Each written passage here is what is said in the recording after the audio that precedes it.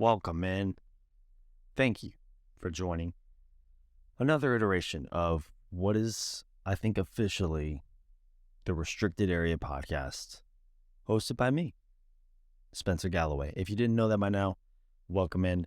It's been about 2 weeks since the last episode. That's mostly by design. The last episode was a trade deadline kind of special / recap. It's been about 2 weeks. I have missed it. In between that time, give me credit. I did do a show. I did do The Splash, an episode with Ryan. And that was mostly an NBA show in and of itself, just because there ain't much else to talk about. And so of course, we talked about the Celtics. I'll talk about the Celtics a little bit here because we did that show before the 76ers game. And I want to talk about it a little bit. There's some good, some bad, some ugly. I didn't want to do an episode to recap the All-Star game and the All-Star weekend. I talked about it in like a TikTok, and that's about all I can stomach of the All-Star game. Thank you, Jason Tatum, for a fun performance. But that's all. That's it. That's all that needs to be said. Outside of that, we're just now getting back into the swing of games, and tonight was a fun one. We had a fun slate of games. My favorite being the Orlando Magic and the New Orleans Pelicans. Paolo Banchero showed out in the final minute. We had a little fun, like Banchero slash Brandon Ingram kind of matchup. So that game ended in a rather thrilling, little fun fashion, as thrilling as a Monday night game in New Orleans can be. Let me come at you honestly, real quick. We're not going to talk about it very much or in great length. Let's talk about the Celtics-Knicks game a little bit. I didn't get to watch much of the first half, so I'm going to go back and I'm going to watch, you know how NBA League Pass does that little condensed version. Like, I don't need to see this full game. I know it was ugly. Second half, I got to see most of. I'm not one to make excuses for the officiating because it's not why we lost. We lost by double digits. It wasn't. It was just a bad game. We shot horribly. And I still felt like we were in it. But prior to the Tatum ejection, Tatum gets slapped, doesn't get the call. It is what it is. I think he was kind of looking to get out of this one early. I think he struggled and just wanted to get out of it. I hope they just keep it at the ejection. I don't think there was anything more there. I don't think we're going to see a fine or a suspension or anything like that. So that's good. It was just frustrating. We come off the heels of a 76ers game, which honestly we didn't really play very well. Just kind of got bailed out at the end. I do want to talk about that game. We're going to dedicate a few minutes to it. Real quick, let's do a little of check-in on things we've missed. Kevin Love is now a member of the Heat. I'm not going to make too much of that in his first game there. He played, I think, 22 minutes or so, and he had 0 points. So he was just out there, jogging. Quinn Snyder is now the head coach in Atlanta. I like that a lot. Just because he's the only guy who's coached Trae Young who's got a reputation that precedes himself. Nate McMillan got ran out of town. Not shocking. I think it's a little reflective of Trae Young being the superstar there that has now run out 2 coaches in his short tenure there. I think the Atlanta coaching search was kind of interesting because they were giving Udoka quite the look and then ultimately, probably smartly, just looked him off. I think Snyder's a really good coach. I think he was just waiting for a good opportunity. I don't know if this is the best opportunity that's going to present itself. I think we're going to see some openings this summer. Maybe from 2 teams that we're going to talk about at some greater length later on, and that would be Dallas and I'm not. Look, I'm not trying to fire Darvin Ham. Um, and I don't know. I think if they fired Darvin Ham, and they hired another coach, I think they'd be paying probably upwards of.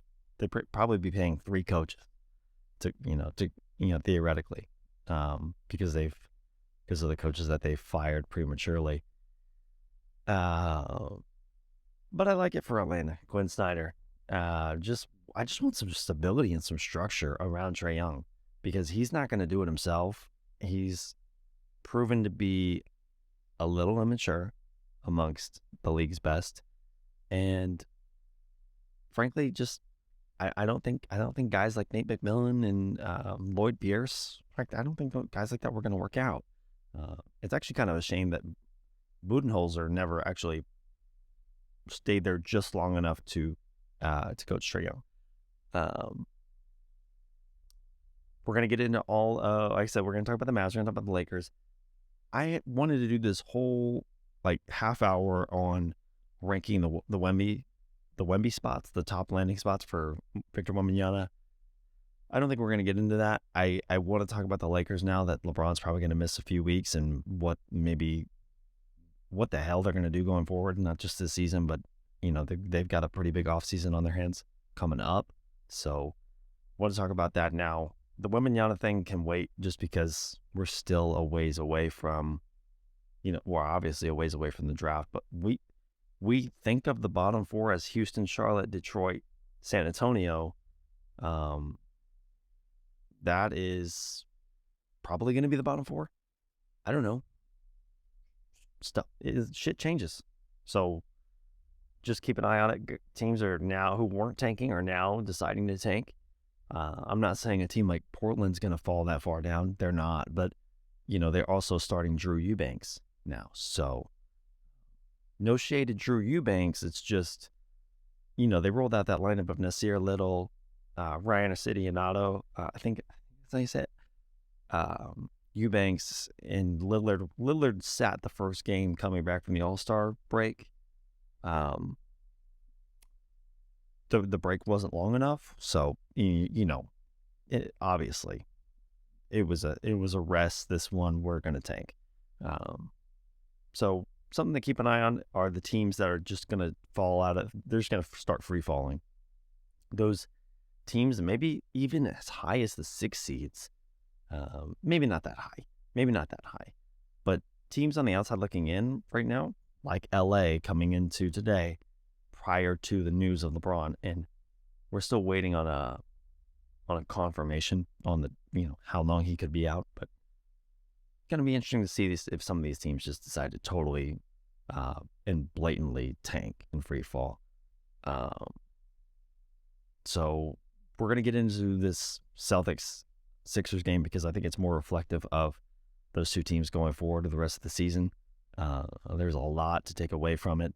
Some good, some bad from the Celtics. I think a lot of bad if you're Philadelphia. I think there's a lot of bad, and I'm going to take a quick break and then do a deep dive into that. Before we go any further, we're going to deep dive the Celtics game, but just bear with me, okay? I'm going to need a little bit of credit. Jordan had the flu game. I've got the post-Chili's pod, okay? Just give this to me. I am feeling like a mess, disheveled, distraught. I think I weigh 20 pounds heavier now than I did 3 hours ago. I had a Chili's dinner. I had the Cajun chicken pasta. No, I did shrimp. I did shrimp instead of chicken. That's important to remember, because I think that shrimp was heavy. And I ate the bread, mistake. We did queso, mistake. Chips and salsa, mistake. Okay, so I feel horrible. Honestly, I feel terrible. Thank God for this vitamin water. I got the water right there. Thank God. I don't know how I'm going to persevere. There might be an inordinate amount of breaks in this episode, and I'm just praying that I can pull through, persevere. Anyways, thanks for that. Celtics Sixers on Saturday night. We know what it is. It's Tatum and Embiid. It's a big, these are two of the top 3 guys in the MVP race. Although I've got some complaints about the MVP race and how it's shaping up, and I actually think this game was the epitome of it because, let's be frank, this is what I'm thinking is the Celtics, the 1 seed in the NBA. Actually, God, they're officially not. They're officially not. I was going to do a big pity party at the beginning of the episode, but I actually forgot. Look, the point on that, we're going to, dang it, dude, there is actually a ton to get into, and I'm just not going to be able to hit all of it tonight. I just can't. We're going to save the Bucks for later this week. We're going to do another episode because we have to do another episode. But going into this game, at least, and it's still valid, but the Celtics were the 1 seed. Tatum is obviously leading the charge, and he's like slowly falling out of the MVP race. And why is that? I don't know. But Embiid is sneaking his way in. And I'm just thinking like, well, Philly's definitely not better than Boston. I mean, we can have the discussion about Embiid or Tatum. I mean, frankly, I'm not going to have that discussion. If you guys want to entertain yourselves, you're more than welcome to. And Embiid's an incredible player. Bar none. He's top 2 center in the NBA. Top 2 center in the NBA. But let's face it, they're the 3rd seed, several games behind Boston. After this game, they were now 4 games back. I just think that I don't know if the Tatum narrative got boring, if we just wanted to spice it up. I know Embiid he's been the runner-up the last 2 seasons. I don't know. There's a lot of things that can happen. Half this damn award is just narrative. So, of course things are going to happen like that. But this is a good game to set up a good battle. Now, Embiid played his ass off in this game. The Sixers threw their best effort. They hit hard on Saturday night. And we did not. The Celtics did not hit that hard back. And they showed that they could at least take the hit. Philly threw their hardest Jake Paul punch on Saturday night. They actually certainly hit a hell of a lot harder than Jake Paul did on Sunday in that Tyson Fury fight. So if you saw that, sorry, because it was terrible. No, I didn't buy the pay-per-view. Yes, I was also watching basketball at the same time. Yes, I'm aware that the Mavs blew a 26-point lead. Yes, that's why we're gonna check in on them. 1-3 with Kyrie and Luka. Anyway, Tatum. Let's just do Tatum real quick. No, let's do Embiid. Embiid is effing annoying to play against, to watch. He's incredible, but the way he is officiated, the way that he can throw his body around and not pay the consequences, it's absurd. Okay, let's just be frank. It's absurd. The clip, the best one from the night was when he is just throwing himself all over Marcus Smart, just throwing himself. And Marcus just has nothing to do. He can't do anything. And look, Marcus has been known to flop in the past. I don't know if you want to pick hairs and say he flopped right there or whatever. This is a damn near 300-pound man bowling over Marcus Smart. Okay? He's throwing shoulders, throwing elbows, and he's getting calls. And a lot of them are earned, and I'm not going to sit here and pick apart his game and say he's a free throw merchant. Sometimes it feels like he is. That man does, no matter what, for better or worse, live at the free throw line. He lives there. Okay, he's bought a damn house at the free throw line. Okay, and he's a phenomenal shooter as well. So it's not uncommon. He shot, I think, 14 for 15 from the line tonight. By the end of the night, he might have had 20 free throws. I don't know. It's annoying. It's annoying. It's a bitch to watch, and I'm sure it's even worse playing against him. Because what do you do?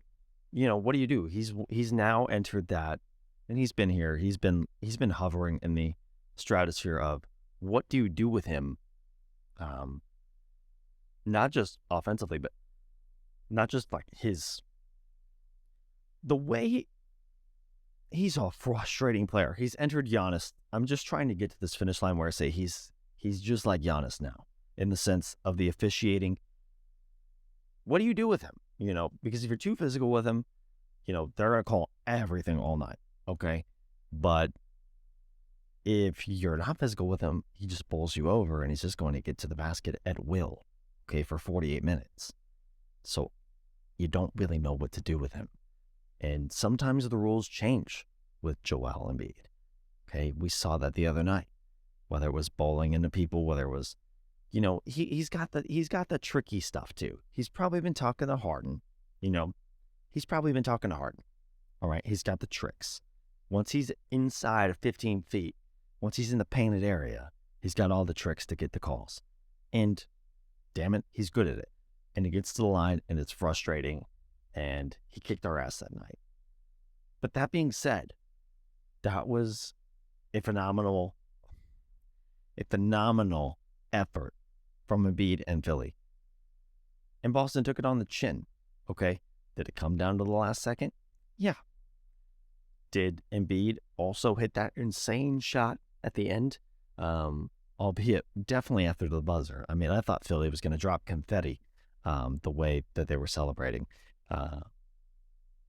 But it just kind of goes to show, like, Embiid was kind of carrying them, and then the story of the night was just, he just ran out of time.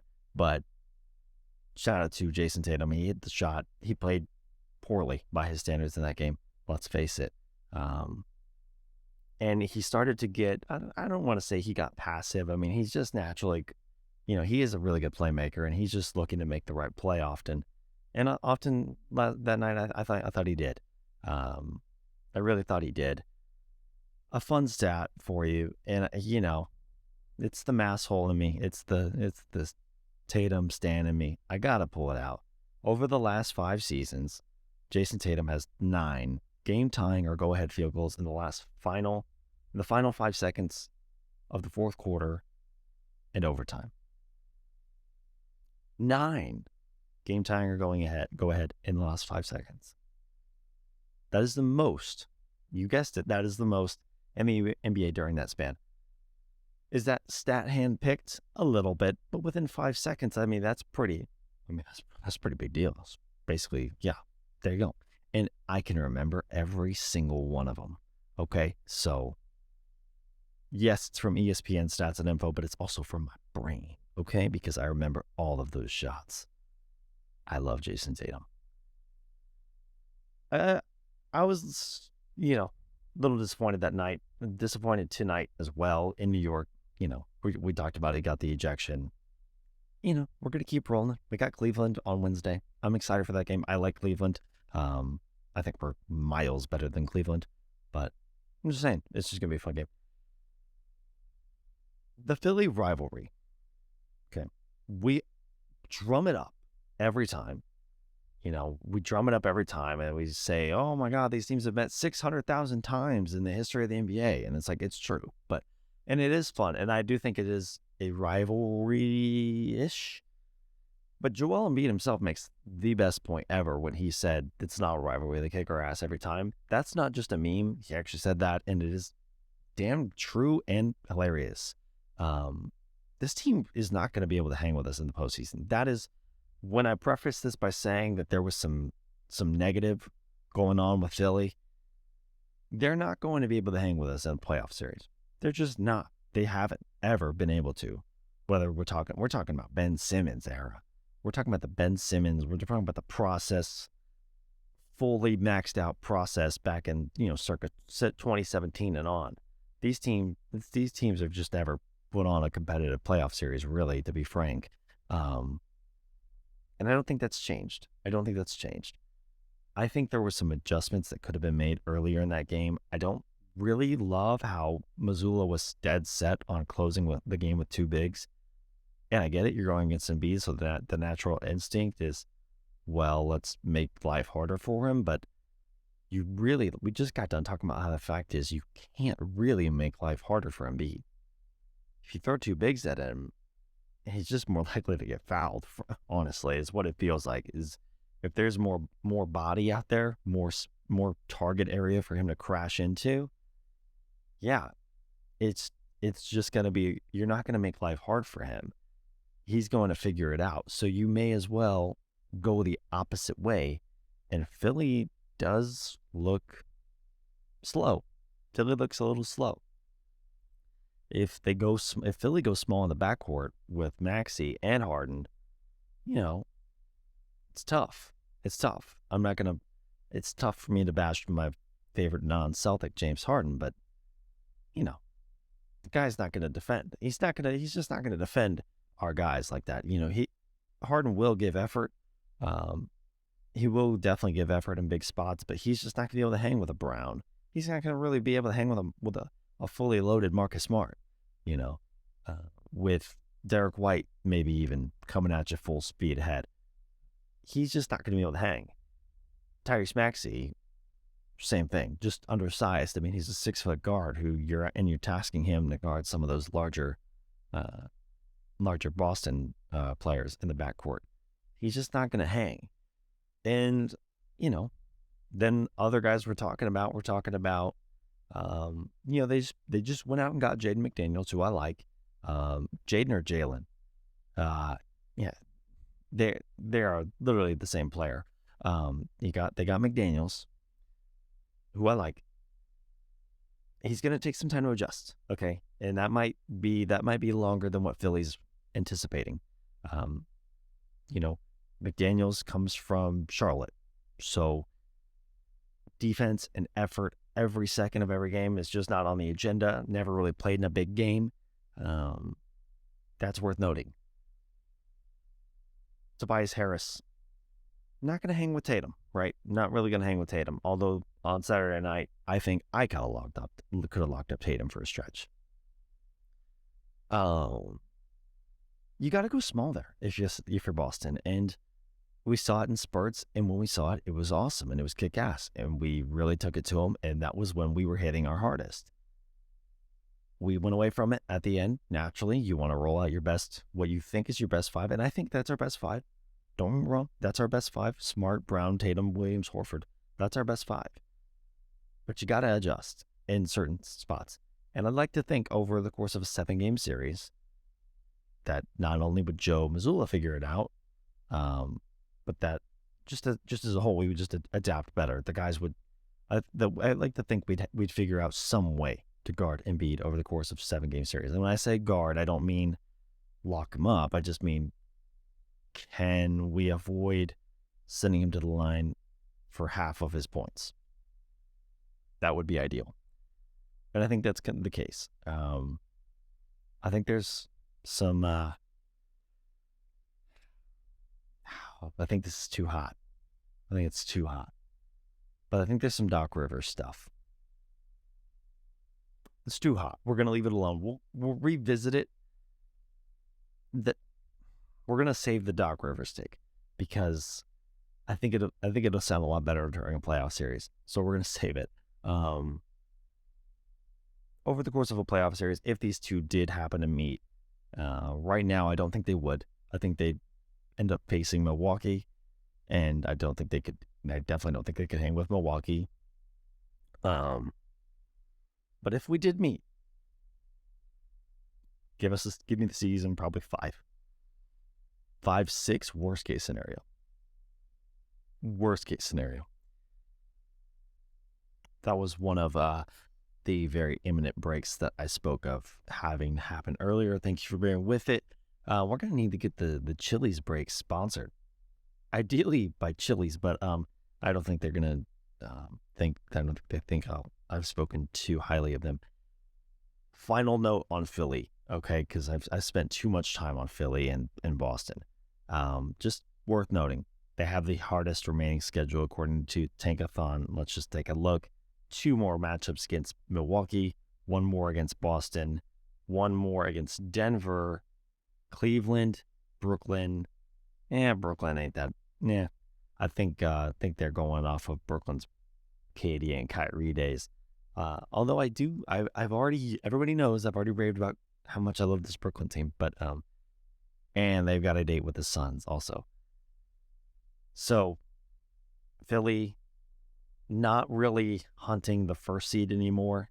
That's going to be Boston and Milwaukee, which Milwaukee is in the lead right now. I really wanted to finish the season not surrendering that top seed, but we obviously still have time, and Milwaukee's playing their absolute best, and Boston has struggled a little bit. We're going to segue. We're going to segue into a team that is super interesting, a team that I like. Well, I like to watch, and I think is cool in theory, as do many of you, and that is the Dallas Mavericks. The Dallas Mavericks are in trouble. The Dallas Mavericks are in trouble, man. Did you see how they handled LA on Sunday? They blew 26-point lead. They blew a 26-point lead. Okay. Jared Vanderbilt was walking their ass up and down the court. Jared Vanderbilt, okay, who I like and who I think a lot of other teams at the deadline should have been jumping all over. But man, after the investment in Kyrie, which I'm not saying they gave up a ton, but you'd like to think that they got significantly better, right? Well, they're 1-3 in the Kyrie Luka when they play together. They can't defend anybody, man. They couldn't defend me, dude. Okay, and they're gonna get Maxi Kleber back, and I think that's a bigger deal than most people are gonna think it is. But I don't think it's gonna be that big of a deal.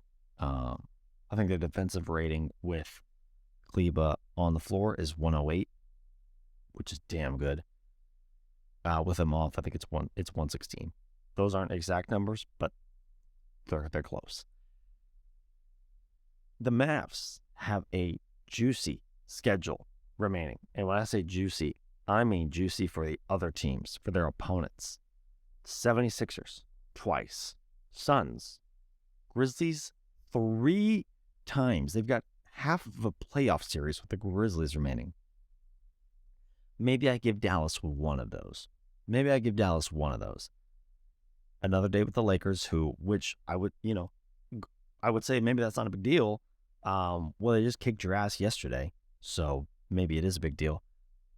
Game with the Warriors and then the Kings. So we are like 80% of the way through the season, folks. So these are the majority of their games are against tough teams. And I'm a little worried if I'm Dallas, okay? I just am. I'm hoping, if I'm a Dallas fan, I'm hoping that the Kyrie thing would have gone better by now, right? And Kyrie's been good up until this point. He's had some really bright spots. The 26-point fourth quarter, which came to a loss. He's just looked good. He's just looked like Kyrie. He's just looked like himself. However, yesterday against his best buddy LeBron, had a pretty, well, definitely forgettable, but I'm going to dare to say abysmal second half. And it's, of course, the cherry on top was the LeBron almost goaltending, huge swat into the third row. How about that for some brotherly love, okay? Is that LeBron's recruiting? Is that also part of LeBron's recruiting pitch to get Kyrie to LA? I don't know if that's the type of stuff that's gonna sit well with Kyrie. However, I'm not worried about it. I'm not worried about it because I would not be vying for Kyrie's services this summer. Even though he's looked awesome, I just wouldn't be. I just wouldn't put myself at the front of that race. Anyhow, that game worries me. That game worries me because they had so many chances to seal it, to stave off LA, but they couldn't. And I think the biggest thing that they struggled with was AD, right? AD who storms out, especially in the second half. And I think there was a point in the game where AD just realizes, I'm bigger than all of these guys and I should be whooping these guys' ass. And he finally turns it on and he does. Finishes with 30 and 15. It was reminiscent of that stretch, that 10 to 12 game stretch this year, right before he got hurt, where Davis was just kicking ass for almost 2 months. And then he goes down with injury, and then we are like, oh yeah, this is Anthony Davis after all. Well, he was back to kicking ass yesterday, and everything is good in Lakerland But then LeBron goes down, stays down a little bit longer than you'd like from 38-year-old LeBron. Is starting to get a little alarmed when he's down on the ground for more than 10 seconds. And he laid there for a little bit. And then, there's a video of him like saying, "Oh, I heard it pop." And we know LeBron's, I'm not gonna make too much of it, but LeBron is a showman, right? And maybe he's been known to dramatize some injuries in the past. That's all I'm gonna say. But we did get the word. Seems like several weeks is going to be the timeline for his return now. And all is not so well in Lakerland. You're on the outside looking in of that play-in tournament right now. Can they get by? Can they get by at least 2 weeks without LeBron? Because if you're a Laker fan, I know some of you are out there, and I'm praying for you. Really am. Are you talking yourself into this idea where let's just get to the play-in, no matter what seed? We'll get in. Let's just get to the play-in. LeBron will come back. We'll Cinderella story our way into the first round. And then we like our chances against Denver or Memphis. If I'm a Laker, that's my best case right now. I've got to Cinderella story my ass into the play-in tournament and then win. And to be fair, a fully healthy LA right now I don't like them against Denver. Okay, I don't like them against Denver. But with the way Memphis has been struggling as of late, outside of their 30-point ass whooping on Denver, Memphis has been struggling a little bit. Okay, I don't love their end of game offense. Okay, looks a little predictable. When your best player, and I like Jaw's game. I think he's got a lot of room to grow. But I do. He's obviously incredible talent, right? But when a lot of your late game offense stems from Ja Morant hurling himself into the paint, which often works, right? I admit he's a tremendous finisher, great at getting to the line, great at just putting his body into others and getting the contact right. But it gets to be predictable, right? So would you like this LA team against Memphis right now? I think it's closer than a lot of people would just outright say. I think it's worth noting, but none of it matters if LeBron misses too much time and this team just stinks it up and misses the postseason. And if they miss the postseason, I think sirens are going to be going off. I think alarms are going to be ringing in LA. Okay, I think LeBron's gone. Frankly, I mean, I think there's chances for that anyway. Even if they sneak their way into the playoffs, I think there's still this world in which LeBron looks up and says, "I've missed each of the last 2 playoffs," and he has been talking that way. He's, whether it was before the trade deadline, hey, what are we gonna do to get some help in here? I don't play to lose. I don't stand for missing the playoffs. He's kind of been putting the writing on the wall for a little bit now. If they miss this playoffs, is that it? Obviously he's signed under contract. I'd still lean no. Because LeBron does love LA. And LeBron does see into the future. And we got the new mock draft. And Bronny James is coming. And he's going to be in the next draft, the 2024 draft. And I think he'd like to postpone a move until then. Because now the end of his career can kind of quickly get sloppy. And his basketball reference page quickly goes from Cleveland, Miami, LA to now he's got some random 1-year stint in I don't know. Where would he even get moved? Dallas? He's got like his random 1 year in Dallas, or James Harden goes back to Houston and all of a sudden LeBron's got a random year in Houston. I don't know.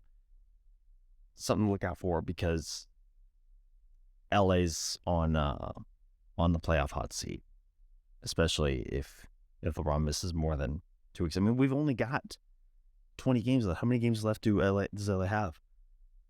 21 games. So, yeah, I think if LeBron misses 3 weeks, let's look at LA's schedule real quick. We're getting to that point in the show where we can kind of come down a little bit. LA's got 2 dates with the Grizzlies. Oh man, they might have it easy. Let's see, their toughest opponents are going to be two games with the Grizzlies, 2 games with the Suns. Then they've got the Mavs and the Warriors one more time. They're going to get beat up on the Rockets a couple of times, the Bulls a couple of times. Yeah, I think the Bulls could be on tank watch. They got the Thunder a few more times. Orlando and Toronto, who's they're still bad, by the way. Jakob Poeltl hasn't saved them. They're still bad. I kind of left the Mavs thing a little early, but my sentiment with the Mavs was really what it is with the Lakers now is I just am not sure they're going to make the playoffs. I'm just not sure because the Mavs obviously have a better chance right now. They're only 2 games above 500, but that is somehow good enough to be the 6th seed in the West. Don't ask me how. I don't know. Their Jazz are still the effing 8th seed. And I don't know. I don't know the direction of the Jazz. I don't know the direction of the Timberwolves. Obviously, the Timberwolves are fighting like hell to make the playoffs because they don't even have their own pick. And they've got Karl Towns coming back. I don't know if that's even going to make them, I don't know if that's for better or worse because we haven't seen the Karl Towns and Gobert thing work at all this year. And so to expect that it's suddenly going to turn around with, if there's 15 games remaining when he comes back, I don't know. The Pelicans, I just watched them lose a close game that maybe they could argue they probably should have won against Orlando. What's the status on Zion? But if you think that maybe Zion and Cat miss another week or two, and if you think that Portland is committed to the tank, which outside of Damian's 70-point game, they're looking pretty committed to the tank. LA's path and Dallas's path might just be cleared out for them, right? Because some of these teams may just say, we don't have a shot if we get to the postseason, so we'll just clear out now and join the race at the bottom. Shai Gilgeous has missed the last 2 games, with kind of an unclear. I think it might just be rest, right? DNP rest, actually, which is code for they're getting ready to shut him down, basically. We've seen them shut him down before. It would be gross if they shut him down again. But they are the 13th seed. And if they think they can crack the top 5 of the draft, don't doubt Sam Presti and his tanking abilities. He is not afraid to tank. If you want to see a team throw a season real fast, hire Sam Presti as your GM. He'll sit your star player. Remember when Al Horford went there and Chris Paul? They went there for it was like basically just rehab seasons. They just went there, they got to chill, they played a little bit. Eventually they got sent home and we're just told that, hey, we're eventually just going to trade you or buy you out and you're going to get to go do whatever you want somewhere else on a winning team. But for now, just enjoy the paychecks and enjoy being at home. So I'd keep an eye on the Thunder. For as fun as they are, if we start seeing Shai Gilgeous-Alexander fake injuries pop up, I don't know, look out. So those are just kind of my thoughts on the remaining 20 games of the season as far as at least the West. The East is a whole another animal, and it's got a bunch of scrappy dogs who want to make the playoffs, like Orlando, who I love and can't get enough of. Hoping I get to go see them here when they visit next month. So I'm looking forward to it. Today was kind of all over the place. I think I went into this one wanting to hit a million things. I still have some things to say about Milwaukee, who's been, to their credit, kick-ass, and they've been awesome, and it's pissing me off, yes. And it's pissing me off. They're the 1 seed now, and the Celtics are not. And I didn't think that was going to happen. But, hey, you know what? Another quick note. They won some of those games. Maybe not a lot, maybe not all of them, but they've won some of those games without Giannis. Okay, and just a quick note to everybody who's detracting points from Jason Tatum's MVP case because he's got this phenomenal kick-ass, supporting cast. Don't. You can't use that argument. If you're going to put Giannis in there, you can't use that argument, okay? Hell, you can't even use it for Denver. Denver's got a good team, but maybe Jokic has the least good supporting cast of the three. But Drew Holiday, hey, you know what? You guys made him an all-star, okay? Should he have been? I said no, but you know what? We're going to stick by it, okay? If he was an all-star if he made the all-star team, I'm going to get to use that argument. And Chris Middleton's back, and Chris Middleton, who was looking pretty rough in his first few games back, he's starting to play better. They're doing this weird thing where they bring him off the bench, and it's kind of working, I guess. I mean, it's clearly working because they've won 14 straight, and the Celtics just put up a stinker to the Knicks. And I'm going to go on all night if I keep talking about how frustrated I am with the Celtics right now. But this really should have just been like part of 2 episodes for this week. But there's going to be another one. It's going to be some more Milwaukee. We're going to talk more about the East. I'm hoping I get to this Wembanyama stuff at some point. I've been watching a ton of, I've been doing like the late night YouTube deep dives of just watching him play these games in France. And, I like what I see. Obviously, the video that went viral this past week was he got, yammed on by really just another guy. I mean, he actually might be a superstar. I didn't even know his name. He looked like Joffrey Laverne. Remember that he played for the Spurs probably like 5 or 6 years ago. Joffrey Laverne. Look it up. And then watch that video that went viral of Wembanyama getting slammed on. He looks just like him. I thought it was him. I looked it up. It wasn't.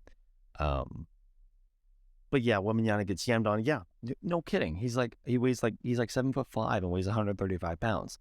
And that's why if you do have concerns about him, that's one of them. But ultimately, as somebody who resides in an NBA city, one of which is towards the front of the tanking ranking, you better believe I'm rooting for him to make his way to the Spurs. You better believe I'm rooting for it. But we're going to get to that at some point, maybe even closer towards the draft, because I'm now starting to think, what the hell are we going to talk about all summer long? I don't know. But that was it for this one.